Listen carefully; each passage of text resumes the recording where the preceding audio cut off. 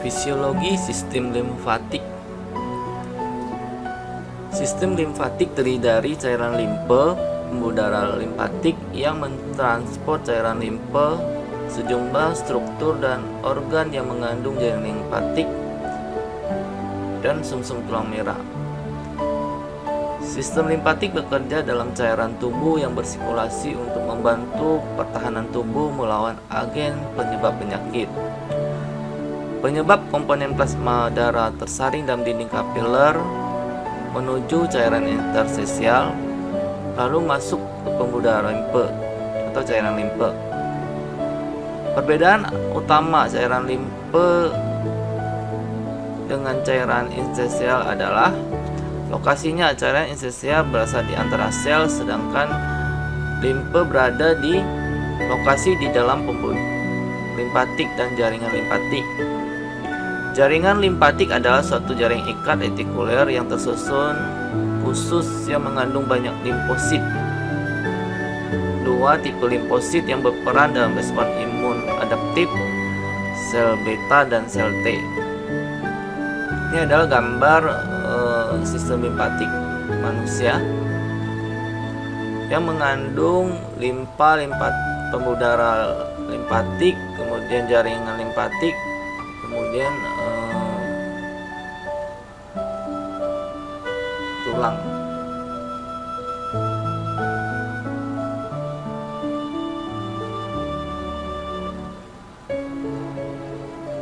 Sumsum tulang merah.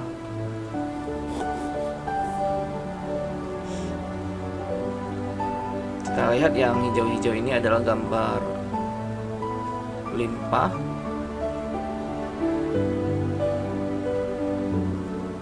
Penyusun dan formasi. Komposisi sama dengan cairan esensial. Protein yang berukuran besar tidak bisa diabsorpsi dalam darah, akan masuk ke dalam pembuluh limfe. Protein yang berukuran kecil yang lolos dari kapiler darah akan masuk ke interstisial, kemudian masuk ke kapiler limfe, dikembalikan ke sirkulasi. Jadi mengapa ada orang yang bengkak di tungkai atau di lengannya?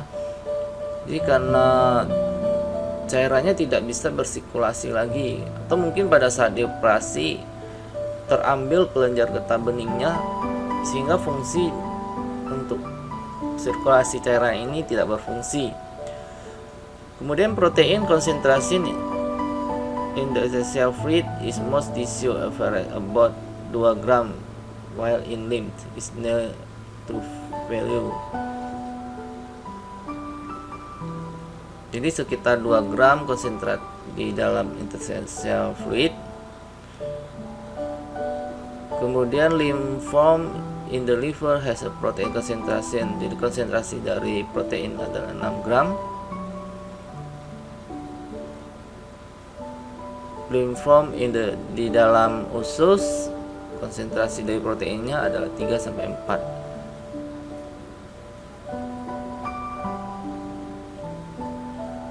Dua per 3 normalnya berasal dari liver dan usus, hati dan usus. Lemak dari absorpsi GIT terkandung dalam limfe sebesar 1-2% lemak.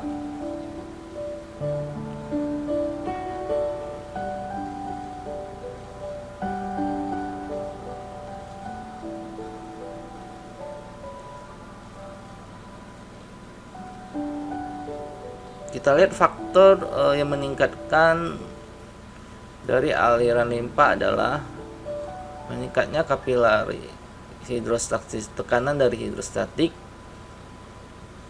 Kemudian ini tekanan dari cairan interstisial. Kemudian plasma colloid osmotic pressure. Kemudian meningkatnya permeability dari kapilar.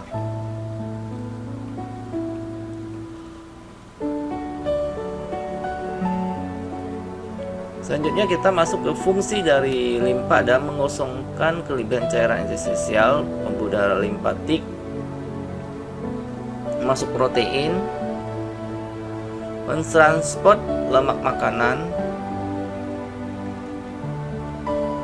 Pembuluh limpatik mentransfer lemak dan vitamin larut lemak adek yang diserap di traktus gastrointestinal, jadi di dalam usus, berperan dalam respon imunitas.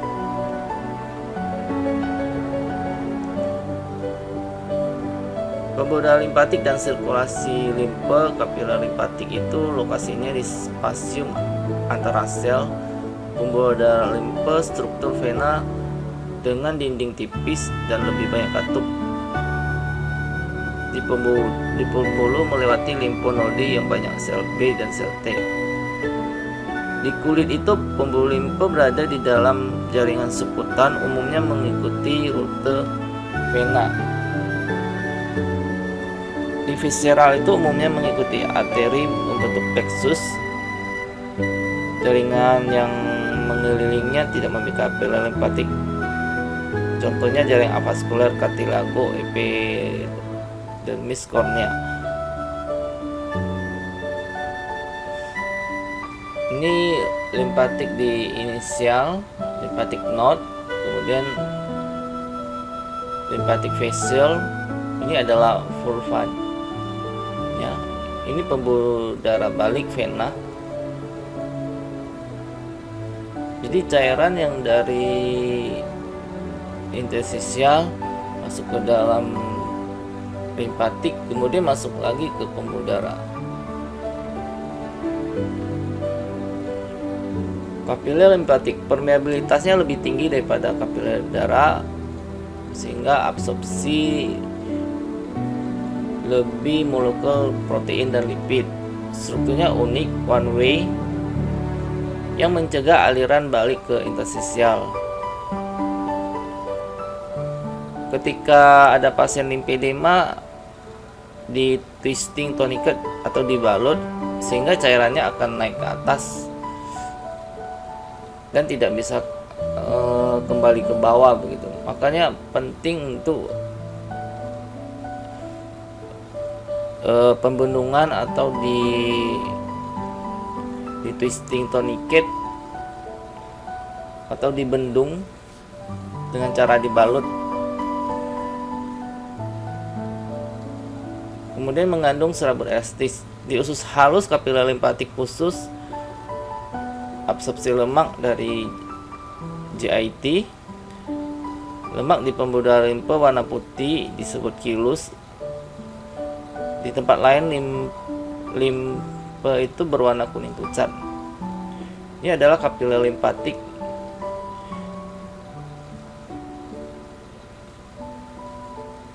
Ini limpatik kapiler di antara sel-sel. Jadi ketika kita kompresi akan menekan pembuluh darah kapiler limpatik naik ke atas cairannya, dan cairannya tidak akan turun karena one way. Kemudian masuk ke pembuluh darah, karena ini saling berhubungan.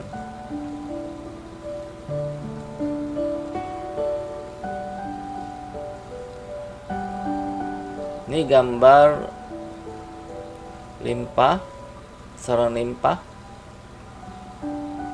ductus dan trunkus limpatik. Dari kapiler limpatik menuju ke pembuluh darah limpatik, kemudian limfonodi, kemudian beberapa tempat pembuluh darah limpa bersatu disebut trunkus limpatik. Terdapat 5 trunkus utama limpatik, yaitu lumbal, interstisial, bronchomediastinal, subclavian, jugular. Trunkus limpatik lumbal mengalirkan limpa dari ekstremitas inferior, dinding, viscera pelvis, ginjal, kelenjar adrenal, dan dinding abdomen. Jadi ketika ada operasi terambil kelenjar limpanya, maka akan terjadi pembengkakan di tungkai begitu. Atau di trunkus subclavian mengalir limpa ke ekstremitas superior biasanya pada saat operasi kanker payudara, mungkin terambil kelenjar getah beningnya sehingga ekstremitas atasnya atau tangannya, lengannya akan bengkak.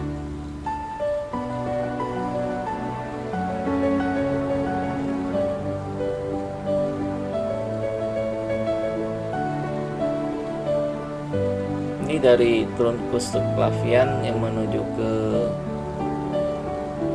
lengan tangan.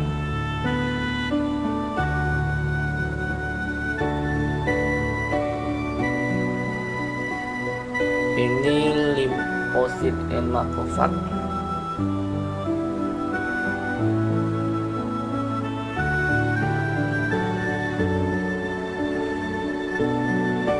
Ini left jugular truncus. Ini right jugular truncus. Bagaimana aliran limfe? Seperti sistem sirkulasi, sistem pompa juga sama terjadi pada limfe yang membantu kembali aliran limfe ke sirkulasi.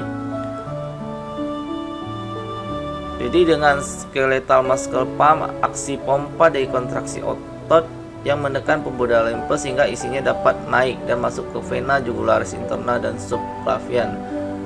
Jadi ini kalau kita bendung atau dibalut, akan terjadi aksi pompa dari kontraksi otot skeletal yang menekan pembuluh limfe sehingga isinya akan dapat naik dan masuk ke pembuluh vena jugularis interna dan subclavian.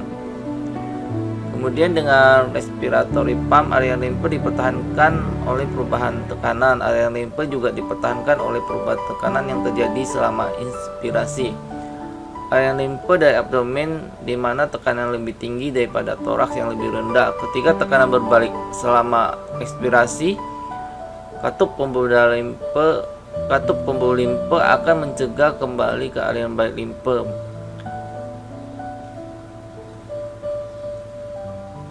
Selain itu, ketika pembuluh limfe distensi, otot polos dindingnya berkontraksi dan membantu perpindahan limfe dari suatu segmen pembuluh limfe ke segmen selanjutnya. Jaringan dan organ limpatik secara luas dibagi menjadi primary lymphatic organ, kemudian secondary lymphatic organ. Lokasinya di mana kebanyakan terdapat respon imun terjadi di dalam limfonode, lien, nodul limpatik. Kemudian timus, limfonode, dan lien dianggap sebagai organ karena mereka dikelilingi oleh kapsul jaring ikat. Nodul limpatik dianggap sebagai bukan organ karena tidak berkapsul, ukurannya kecil. Ini limfonod terdiri dari sel dendritik dan beta sel.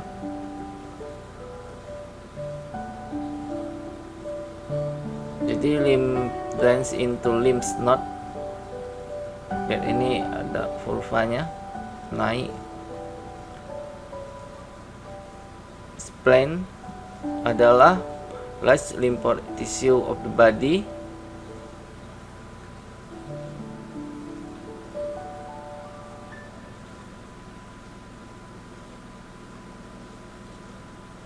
Timus, organ timus,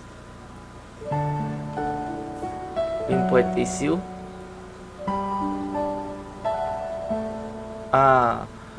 Ini terjadi elephantiasis atau penyakit kaki gajah. Bengkak bisa di kaki, tungkai. Biasanya karena disebabkan oleh nyamuk yang membawa parasit atau cacing. Ketika dikasih obat, cacingnya akan mati dan menyumbat pembuluh limfe. Terima kasih, semoga bermanfaat.